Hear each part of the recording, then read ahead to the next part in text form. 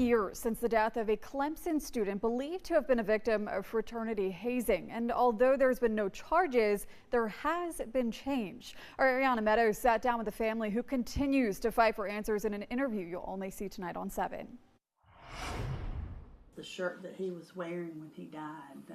Cindy Hips says her only child, Tucker, was loving, fun, and athletic. He was just a love. Everybody loved him. It's been 10 years since she last saw him. He died on September 22, 2014, after a pledge run with his Clemson University fraternity. And they were supposed to bring biscuits and hash browns to the quad, and that didn't get done.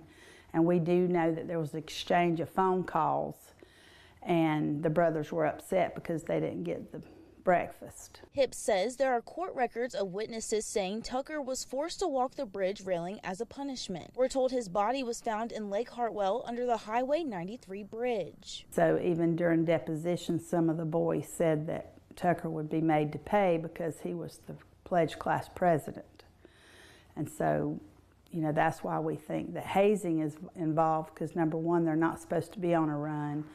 Their national organization calls that hazing. The very first one that was done. The family says they have spent the past decade searching for answers. So I just want the truth of what happened to him so I can have peace, because I go over and over in my head all the time what happened to him on that bridge. You know, I see him in my thoughts, my dreams, my sleep, falling off that bridge, and the one thing I see is him fighting water and trying to breathe. The Hips family was behind a South Carolina law called the Tucker-Hips Transparency Act, requiring four-year public universities to publicly report misconduct by fraternity and sorority organizations. This week, the Stop Campus Hazing Act passed the U.S. House of Representatives and is headed to the Senate. If passed, it will be the first federal law to address hazing. Well, it's never going to replace your child. It will never not miss Tucker, but it does make his death not seem so in vain,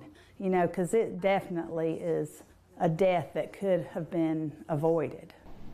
The Tucker-Hips Memorial Foundation will be hosting its annual golf tournament to honor Hips' life. It will be held October 11th at the Paris Mountain Country Club starting at 11 a.m.